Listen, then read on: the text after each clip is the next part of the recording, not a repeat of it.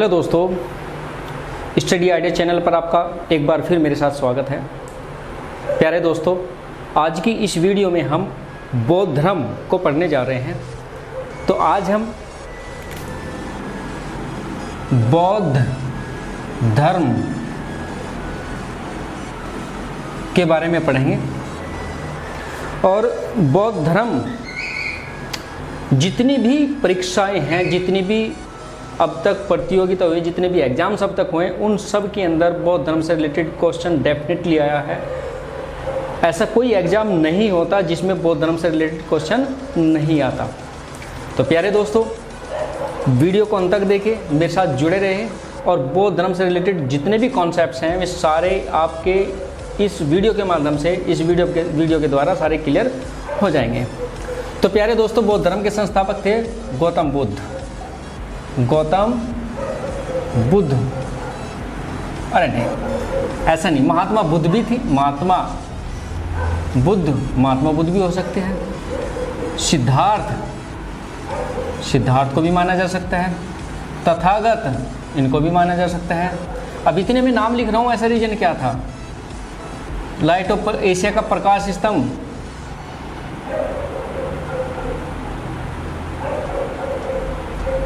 इनको भी माना जा सकता है। मतलब महात्मा, इतने सारे व्यक्ति कैसे हो सकते हैं?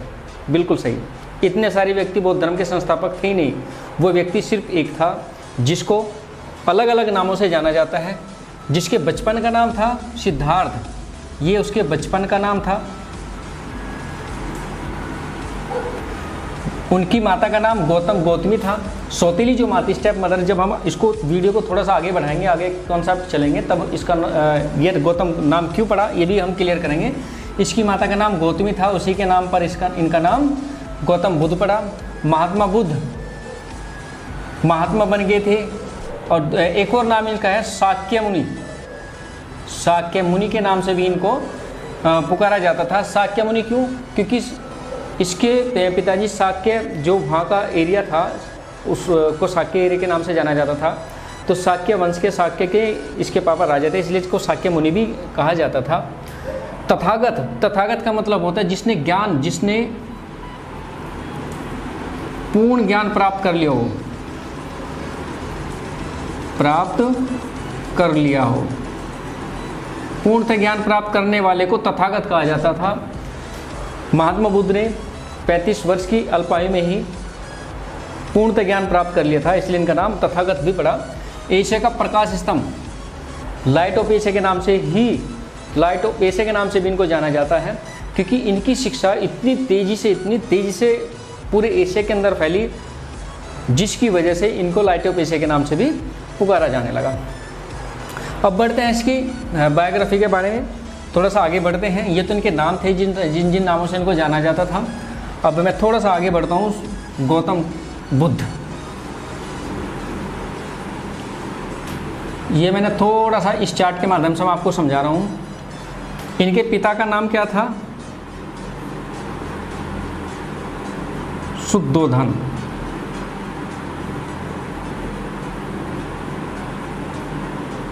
माता का नाम महामाया, और एक इनकी माता का नाम था गौतमी, इनकी जो मौसी थी। अब दो नाम आते हैं। महामाया क्यों नाम इनका नाम आता है? महामाया इनके जन्म के कुछ समय पश्चात ही, मतलब जन्म के 7वें दिन इनकी माता का देहांत हो जाता है। और इनकी माता के देहांत के बाद इनकी जो मौसी थी, उनका नाम था गौतमी। उन्होंने इनका पालन पोषण किया था। क्या था? पालन पोषण इन्होंने ही किया था इनका। ठीक है, तो इस तरह से गौतमी के नाम पर ही इनका नाम गौतम बुद्ध भी पड़ा था। अब बुद्ध क्यों कहा जाता था इनको? क्योंकि बुद्ध पूर्णिमा के दिन ही इन्हें पूर्णतः ज्ञान प्राप्त हुआ था, इसलिए इनका नाम बुद्ध पड़ गया था। बुद्ध की पूर्णिमा को ही इनका ज्ञान प्राप्ति होने के कारण। आगे बढ़ते हैं। इनका जन्म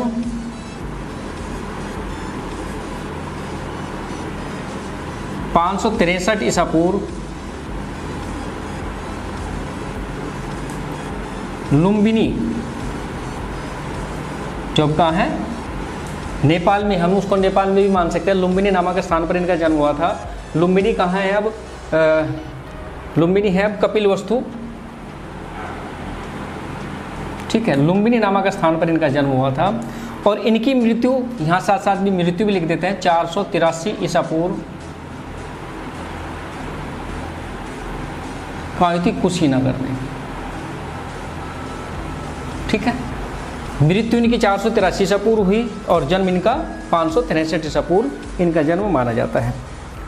अब आगे बढ़ते हैं। गौतम बुद्ध से थोड़ा सा आगे बढ़ते हैं।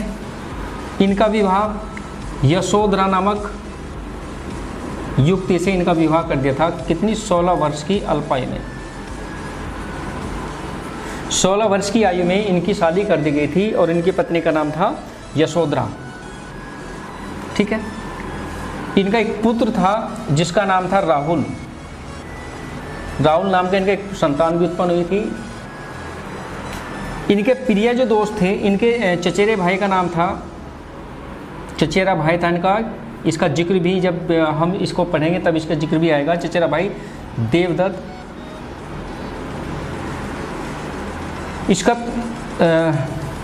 इसका दोस्त सारथी चन्ना इसका एक दोस्त था, जो इसका सारथी था, जो उसके घोड़े को रथ को चलाता था, ठीक है। तो इस तरह से हमने शुद्धोधन से रिलेटेड ये कुछ जो मोटी सी बातें हैं वे हमने अब तक पढ़ी। जन्म इनका कहाँ? 563 ईसा पूर्व लुम्बिनी नामक स्थान पर जो कपिलवस्तु में, वहाँ पर इनका जन्म हुआ। 483 ईसा पूर्व इनकी मृत्यु हुई। कहाँ पर? कुशीनगर में, ठीक है। इनकी माता का नाम महामाया था। महामाया का जन्म के 7वें दिन बाद इनकी मृत्यु हो जाती है।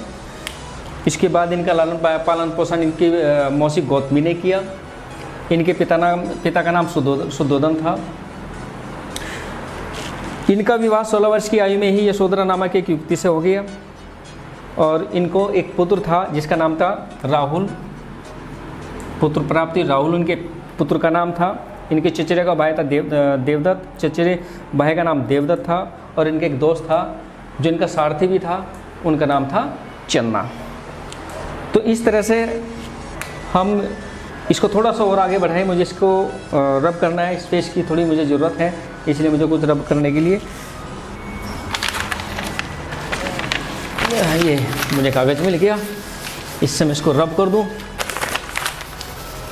ठीक है।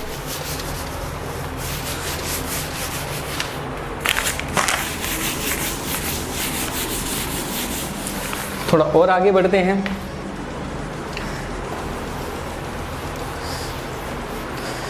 इनके जीवन से जुड़ी ही लगभग 4 ऐसी घटनाएं हैं जिनका इतिहास में वर्णन है, और 4 ऐसी कौन सी घटनाएं हैं मैं बता रहा हूँ। इनका जो जन्म था,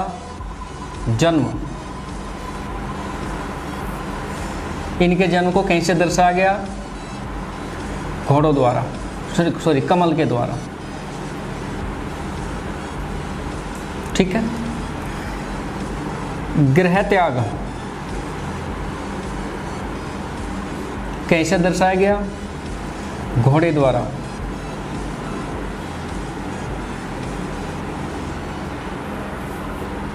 ठीक है। ज्ञान प्राप्ति पीपल के द्वारा।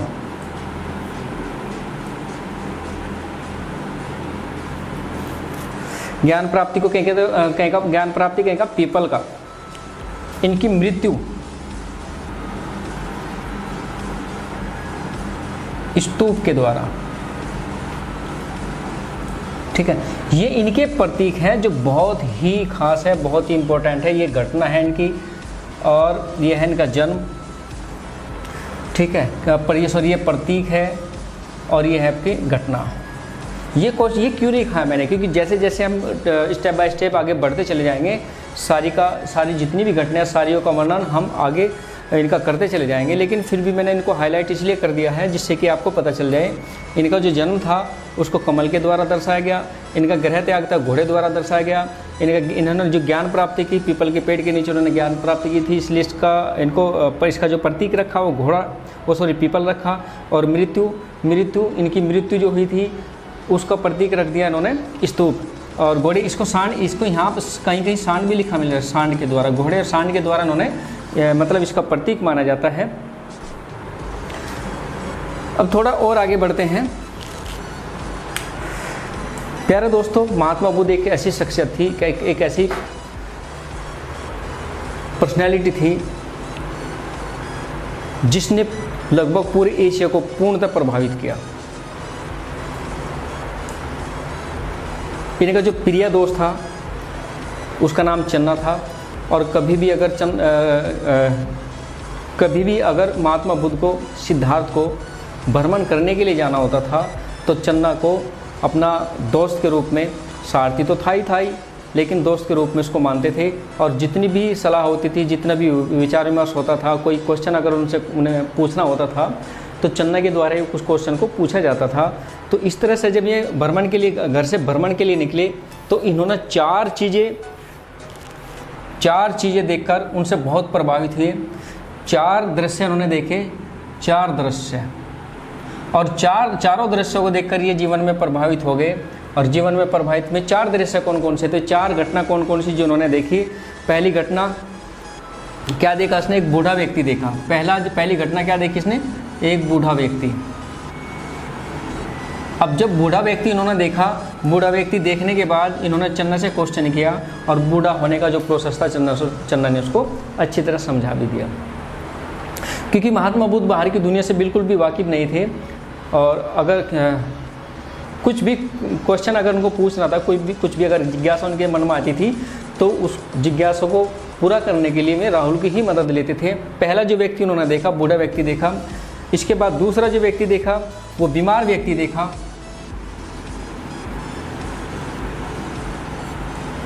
इसके बाद जो तीसरा व्यक्ति उन्होंने देखा, दूसरा व्यक्ति जब बीमार किसी व्यक्ति को देखते हैं तो उनके मन में क्वेश्चन आ जाता है कि भाई बीमार का क्या कारण है। तीसरा देखा उन्होंने किसी व्यक्ति का शव देखा। और फोर्थ उन्होंने सन्यासी देखा। इन चारों घटनाओं ने महात्मा बुद्ध को, मतलब सिद्धार्थ को, बहुत ही ज़्यादा प्रभावित किया। और इतना प्रभावित किया कि उनके माइंड के अंदर उथल पुथल हो चुकी थी। और इस उथल पुथल ने ही महात्मा बुद्ध की जो लाइफ थी उसको बदल दिया। और अब इन चारों क्वेश्चंस का आंसर तलाश करने के लिए ही उन्होंने 29 वर्ष की अल्पायु में, 29 वर्ष की आयु में घर त्याग दिया। ठीक है। जब ये चारों चीज़ें, चारों दृश्य जब उन्होंने देखे, इन चारों दृश्यों को देखकर उनका माइंड इतना विचलित हो गया था कि उन्होंने 29 वर्ष की आयु में घर त्याग दिया था। और गृह त्याग को महाभिनिष्क्रमण कहा गया। महाभिनिष्क्रमण, ठीक है। गृह त्याग को किसने क्या नाम दिएगा, महाभिनिष्क्रमण का नाम दिएगा कर्मण, महाभिनिष्क्रमण। चलो जो भी है देख लेना, थोड़ा सा हो सकता है हिंदी में थोड़ा गड़बड़ हो जाए। इसको क्या दिया, 29 वर्ष की आयु में इन्होंने क्या किया, गृह त्याग दिया। और इस घटना को क्या नाम दिया गया, महाभिनिष्क्रमण।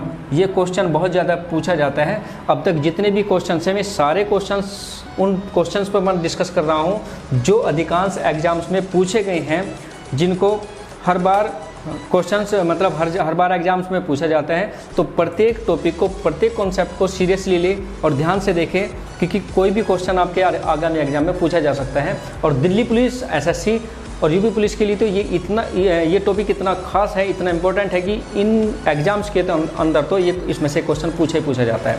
इसलिए दिल्ली पुलिस की जो तैयारी कर रहे हैं वो इस वीडियो को विशेष रूप से देखें। आगामी परीक्षा में हो सकता है आपके लिए 1, 2, 3 क्वेश्चन इसमें से मिल जाए। आगे बढ़ते हैं। गृह त्याग करने के पश्चात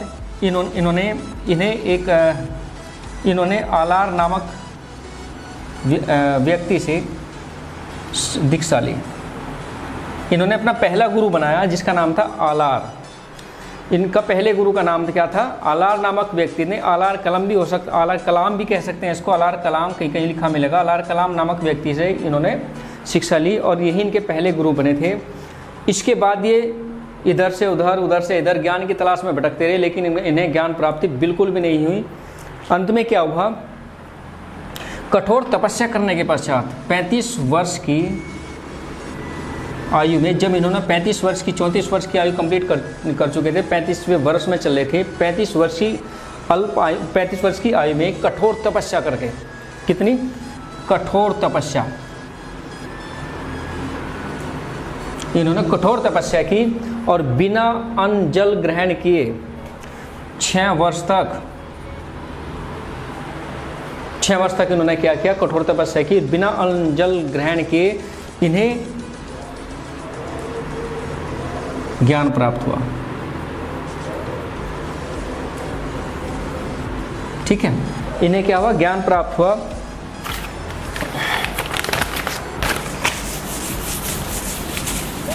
अब यहाँ से जो ज्ञान प्राप्ति का जो क्वेश्चन है, यहाँ से जो टॉपिक है, इस टॉपिक में से बहुत ज़्यादा क्वेश्चन आते हैं, ध्यान से देखना। 35 वर्ष की 6 वर्षों तक इन्होंने क्या? कठोर तपस्या की तथा कठोर तपस्या इन्होंने की, लेकिन की कहाँ? इन्होंने क्या किया? कठोर तपस्या की तथा बैसाख की पूर्णिमा को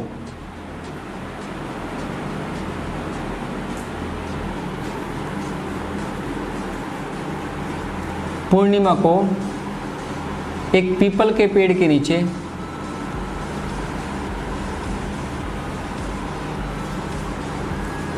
निरंजना नामक नदी पर, निरंजना नामक नदी किनारे इन्हें ज्ञान प्राप्त हुआ, ज्ञान की प्राप्ति हुई।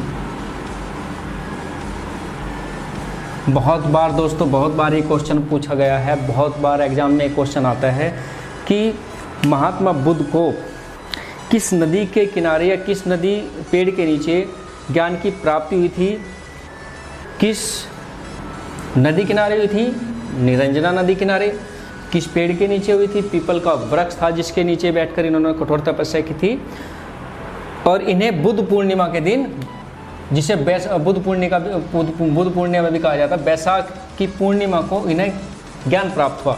और इस घटना को कैसे दर्शाएगा? इस घटना को पीपल के पेड़ से दर्शाया भी गया। इनकी ज्ञान प्राप्ति, जहाँ पीपल का पेड़ मिलता है वहाँ पर ज्ञान प्राप्ति का संकेत है, ज्ञान प्राप्ति का सिंबल है। पीपल के पेड़ के नीचे इन्होंने ज्ञान प्राप्त किए थे, इसलिए पीपल का पेड़ ही ज्ञान प्राप्ति का संकेत माना गया है। इसके बाद क्या हुआ? इन्होंने ज्ञान प्राप्ति के बाद इन्होंने पहला उपदेश दिया, और प्रथम जो उपदेश था इन्होंने कहाँ पर प्रथम उपदेश दिया? ज्ञान प्राप्ति के पश्चात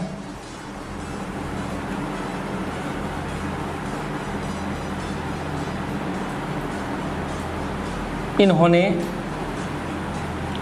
सारनाथ के निकट अपना प्रथम उपदेश दिया। प्रथम उपदेश पाली भाषा में दिया।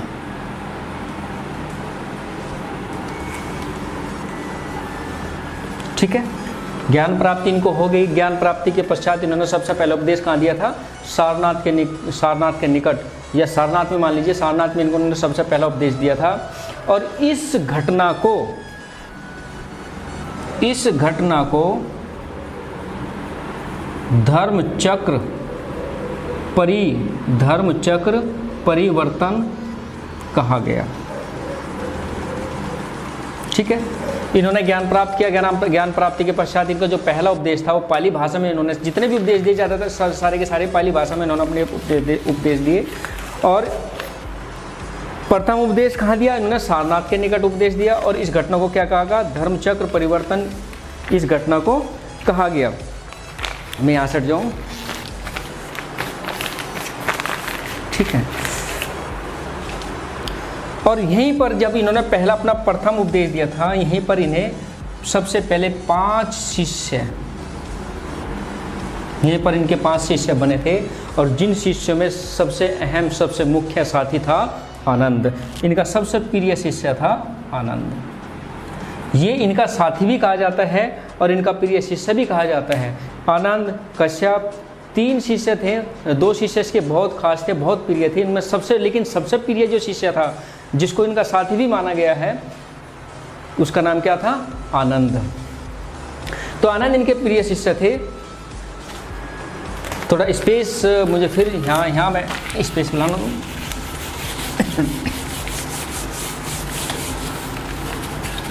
इन्होंने अपने सबसे अधिक उपदेश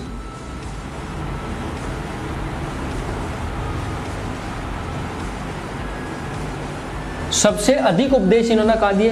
पहली तो बात, इन्होंने जितने भी उपदेश दिए, अपने सारे उपदेश, इनके सारे उपदेश पाली भाषा में थे, लेकिन इन्होंने सबसे ज़्यादा उपदेश किसे दिए? श्रावस्ती में। सबसे ज़्यादा उपदेश इन्होंने कहा दिए श्रावस्ती में, इन्होंने सर्वाधिक उपदेश दिए। आगे बढ़ते हैं।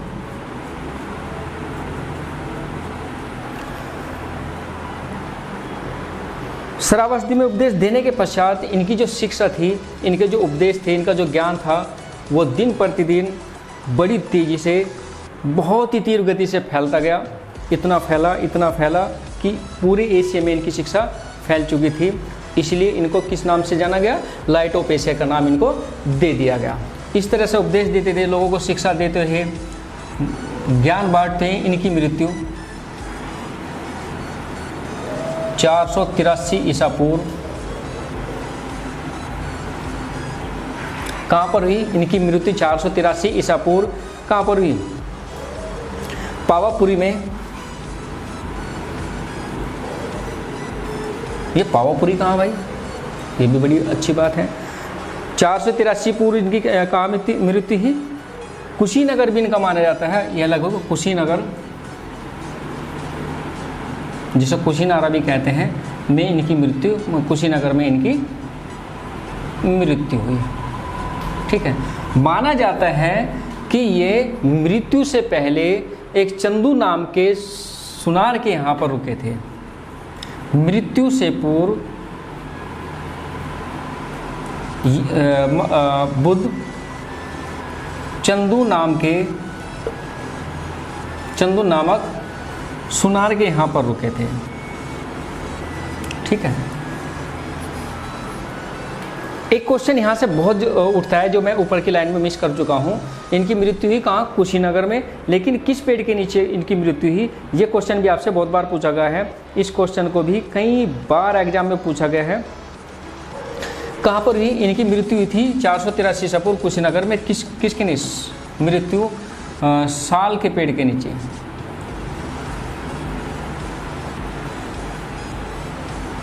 ठीक है, इनकी मृत्यु हुई। और इन मृत्यु को क्या कहा गया? इनकी मृत्यु को महापरिनिर्वाण कहा गया, तथा इस घटना को किस चीज़ से दर्शाया गया है? मैंने वीडियो शुरू होने से पहले आपके सामने बताया था कि इनकी मृत्यु को किस घटना से दर्शाया गया है? स्तूप। किसके? स्तूप से दर्शाया गया है। ठीक है। इस तरह से यहाँ तक महात्मा बुद्ध की जन्म और मृत्यु तक हम इसके पहुँच चुके हैं। 583 ईसा पूर्व कुशी नामक कहाँ पर? लुम्बिनी नामक स्थान पर इनका जन्म हुआ। और 483 ईसा पूर्व कुशीनगर, जो उत्तर प्रदेश में पड़ता है, वहाँ पर इनकी मृत्यु हुई। इनके पिता का नाम शुद्धोधन था, माता का नाम महामाया और उनकी मौसी का नाम गौतमी था। 16 वर्ष की आयु में इनकी शादी हो जाती है।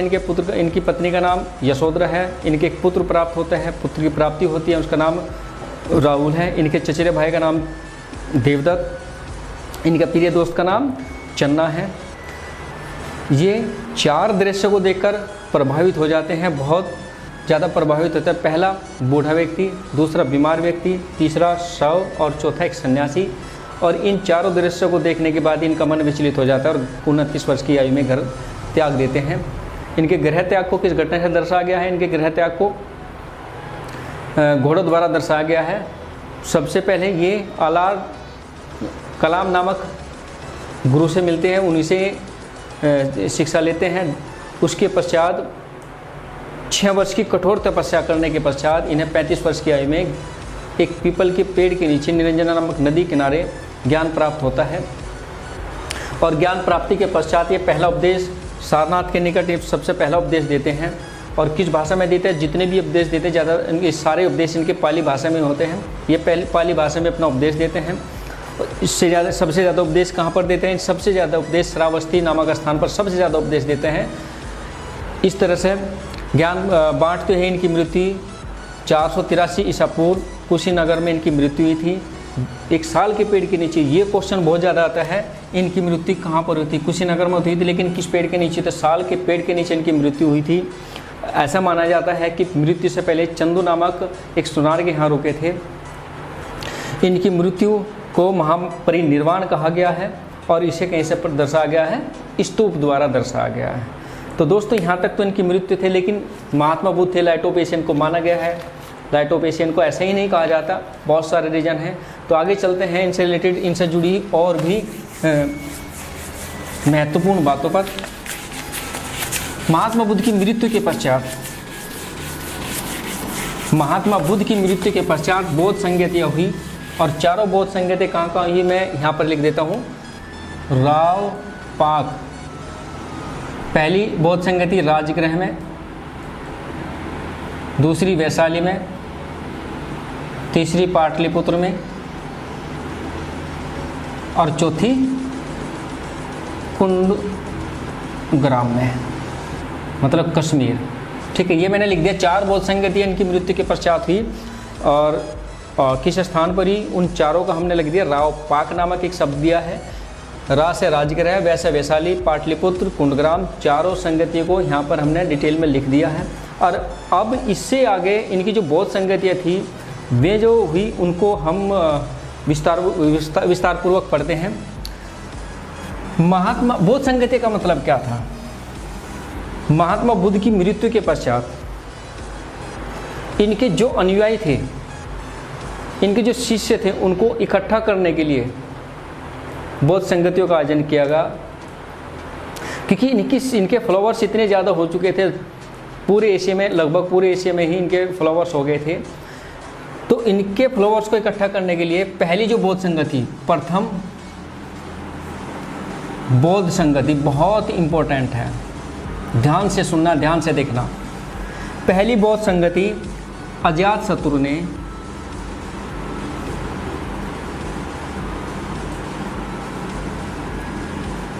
पहली बौद्ध संगति हुई थी 483 ईसा पूर्व। अजातशत्रु ने 483 ईसा पूर्व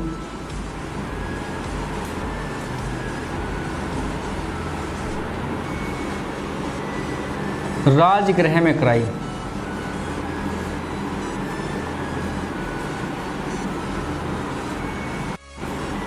ठीक है, 483 ईसा पूर्व पहली बौद्ध संगति जो आयोजित हुई थी, अजातशत्रु ने 483 ईसा पूर्व कहाँ करी?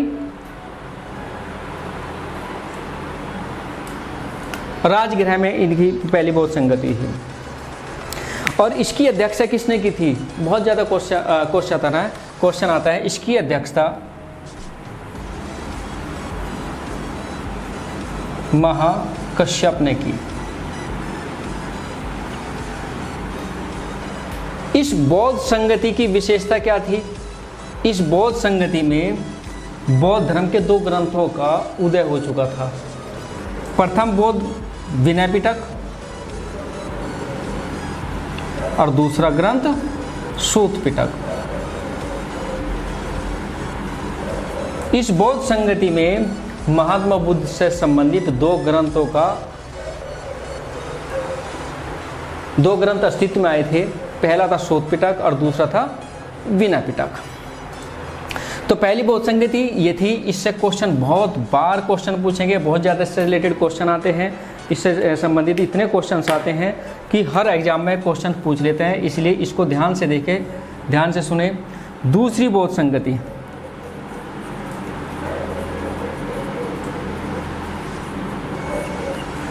दूसरी बोध संगति 100 वर्षों के पश्चात, मतलब 383 ईसा पूर्व,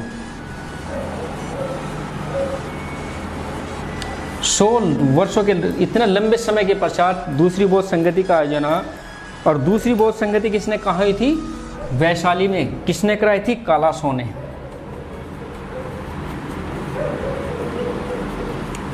वैशाली में कराई। कालासो ने कहाँ पर कराई थी?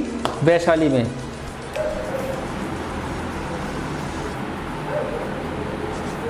और इसकी अध्यक्षता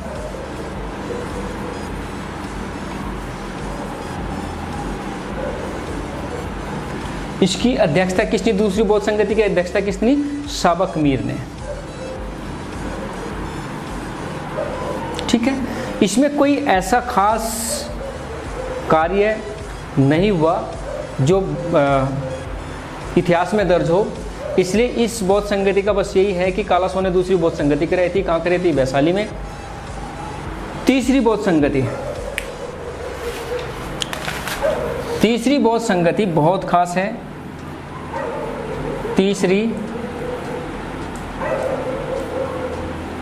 बौद्ध संगति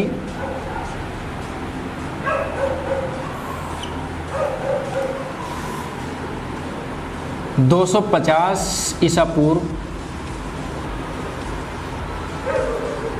सम्राट अशोक ने पाटलिपुत्र में कराई।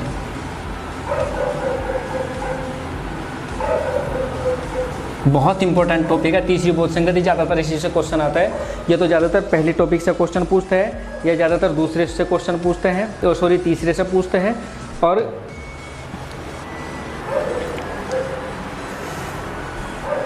इसकी अध्यक्षता इसकी किसने की थी? मोगलीपुत्र तिस, इनका नाम था। इसकी अध्यक्षता मोगलीपुत्र तिस ने की थी। इसमें खास क्या बात हुई? इसमें एक और ख़ास बात हुई थी। इसमें खास हुई थी बौद्ध धर्म के तीसरे ग्रंथ अभिधम पिटक की रचना हुई थी।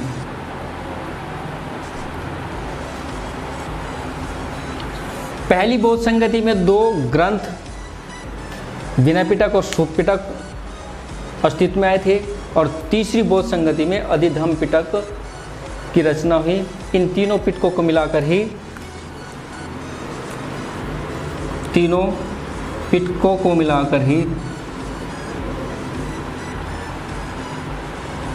त्रिरत्न बनते हैं। ठीक है, तीसरी बौद्ध संगति हुई कहाँ पर?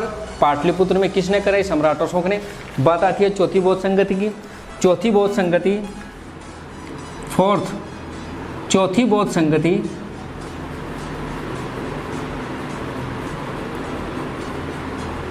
प्रथम सदी के प्रथम शताब्दी में चौथी बौद्ध संगति का आयोजन कहाँ हुआ? कुंडग्राम में हुआ, जो कश्मीर में पड़ता है। और ये किसने कराई? चौथी बौद्ध संगति का कनिष्क ने, सम्राट कनिष्क ने कराई थी। चौथी बौद्ध संगति का आयोजन कनिष्क द्वारा कराया गया, और यह संगति कहाँ हुई थी? कुंडग्राम, जो कश्मीर में स्थित है। इस संगति में भी एक विशेष कार्य हुआ था। विशेष कार्य क्या हुआ था कि महात्मा बुद्ध के अनुयायी 2 भागों में बट गए थे। 2 भाग कौन कौन से थे? पहला भाग था हीनयान, 2 भागों में बट गया था, विभाजित हो गया था। एक तो हीनयान और एक था महायान। ठीक है, 2 भागों में विभाजित हो गया था, हीनयान और महायान। हीनयान क्या थे? ज्यों के त्यों थे, ज्यों के त्यों, मतलब जैसे कि ऐसे ही थे जैसे ही थे, मतलब ये महात्मा बुद्ध की शिक्षाओं पर विश्वास करते थे। ये महात्मा बुद्ध की शिक्षाओं को फॉलो करते थे। जैसे थे, जैसे शुरू से चला आ रहा था सिस्टम, उसी सिस्टम को फॉलो करने वाले थे, जबकि हीनयान मूर्ति पूजा करने लगे थे। ठीक है। और महात्मा सम्राट कनिष्क भी महायानी थे, उन्होंने भी मूर्ति पूजा आरंभ कर दी थी। तो इस तरह से चौथी बौद्ध संगति में बौद्ध धर्म दो भागों में विभाजित हो जाता है। नंबर 1 हीनयान, जो ऐसे कैसे थे जो महात्मा बुद्ध की शिक्षाओं पर विश्वास करते थे। दूसरा है महायानी, जो मूर्ति पूजा करने लगे थे। और दोस्तों, महात्मा बुद्ध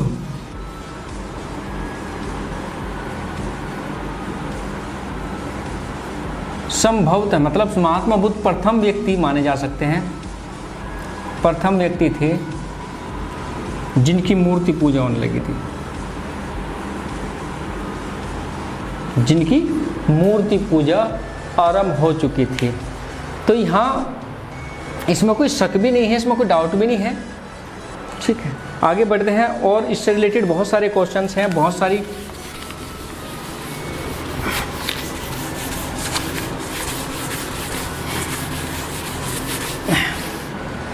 इससे रिलेटेड और भी बहुत सारी जानकारी है। यहाँ तक इसके महात्मा बुद्ध से रिलेटेड जो खास बात थी कि यहाँ तक कवर हो चुकी है। और जो क्वेश्चंस जो अधिकांश एग्जाम में पूछे जाते हैं। पहला क्वेश्चन, प्रथम महिला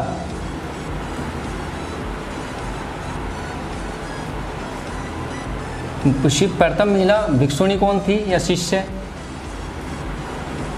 कौन थी? इनकी माता गौतमी। ठीक है, इनकी जो पहली जो महिला थी जिन्होंने बौद्ध धर्म स्वीकार किया था वो कौन थी? गौतमी।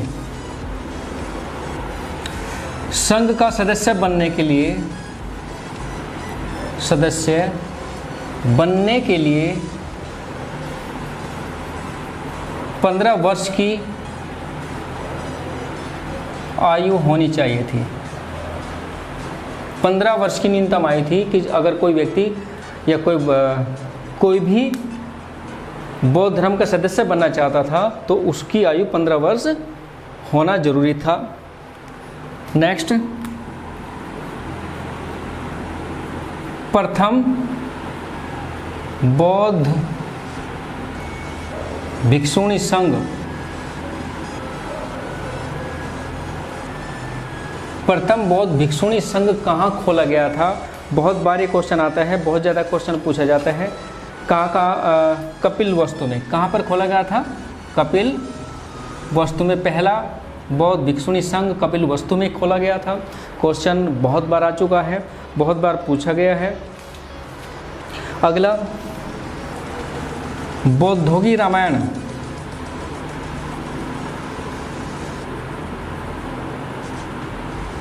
किसको माना गया है? बौद्धोगी रामायण जो बहुत ही पवित्र ग्रंथ है उसका बुद्ध का क्या है? बुद्ध चरित्र, जो किसने लिखा था? अश्वघोष द्वारा लिखा गया था। अश्वघोष जो चतुर्थ बौद्ध संगति में जिन्होंने अध्यक्षता, इन्होंने भी चतुर्थ बौद्ध संगति में अध्यक्षता की थी।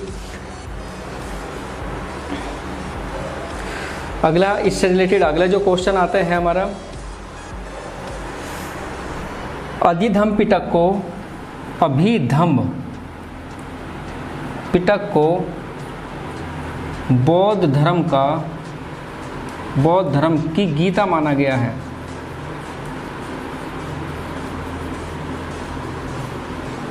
अधिधम्म पिटक को बौद्ध धर्म की क्या माना गया है? गीता माना गया है।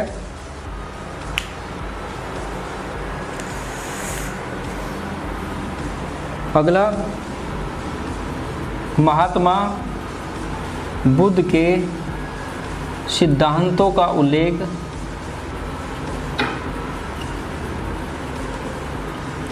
सूत पिटक में मिलता है। मतलब सूत पिटक में, यहाँ जो दो ग्रंथ शुरू में हुई थी पहली बौद्ध संगति में, सूत पिटक और विनय पिटक। सूत पिटक में महात्मा बुद्ध के क्या है? जो शिक्षाएं हैं, सारी की सारी शिक्षा सूत पिटक में रख दी गई।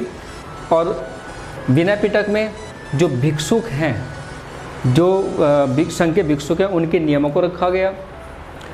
आगे क्वेश्चन आते हैं।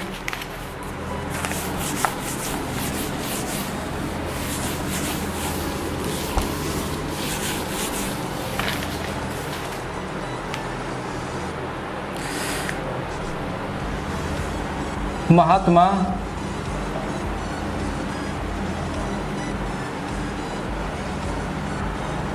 बुद्ध से जुड़ी कथाओं को जातक कथाएं कहा जाता है।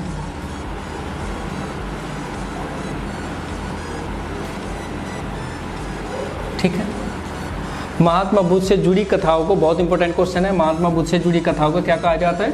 जातक कथक कहा जाता है। वह शासक बिंबिसार, मैं यहीं पे लिख दूं, वह कौन सा, क्वेश्चन पूछा जाता है, वह कौन सा शासक है जिसने जैन धर्म और बौद्ध धर्म, बिंबिसार एक ऐसा शासक था जिसने जैन धर्म तथा बौद्ध धर्म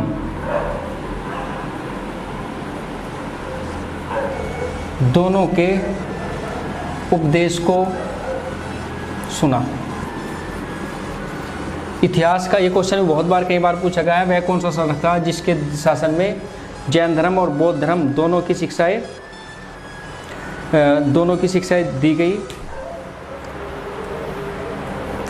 अगला, बौद्ध धर्म में के अनुसार पुनर्जन्म को मान्यता दी गई है। ये पुनर्जन्म पर विश्वास करते हैं। बौद्ध धर्म के जो मानने वाले फॉलोअर्स हैं।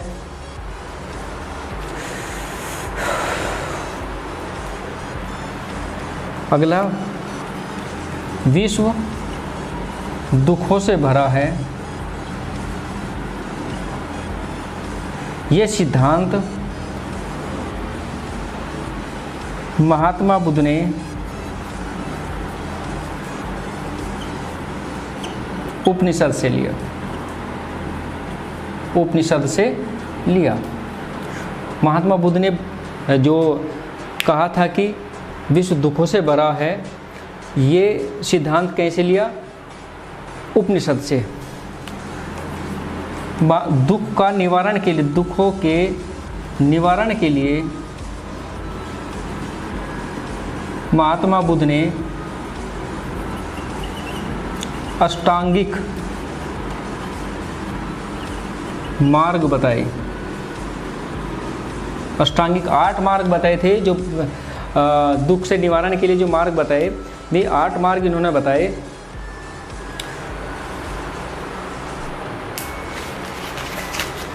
तो वीडियो को बस यहीं तक लेकर चलते हैं। जो खास कॉन्सेप्ट, जो खास क्वेश्चंस थे वे मैंने कवर कर दिए हैं इसमें महात्मा बुद्ध से रिलेटेड। तो प्यारे दोस्तों, आज इस वीडियो में आपने महात्मा बुद्ध से रिलेटेड जितने भी क्वेश्चंस एग्ज़ाम में अब तक पूछे गए हैं वे हमने सारे कवर किए हैं। और उम्मीद करते हैं कि आपको वीडियो बिल्कुल वीडियो पसंद आई होगी। दोस्तों, वीडियो अगर आपको वास्तव में वीडियो पसंद आई है तो कमेंट ज़रूर करें, वीडियो को शेयर करें। हमारे चैनल को अगर आपने सब्सक्राइब नहीं किया है तो चैनल को सब्सक्राइब भी कर ले, ताकि आने वाले समय में हमारी तरफ से जो भी वीडियो जारी होते आप तक पहुंच सके। तब तक के लिए अपना ख्याल रखें। धन्यवाद।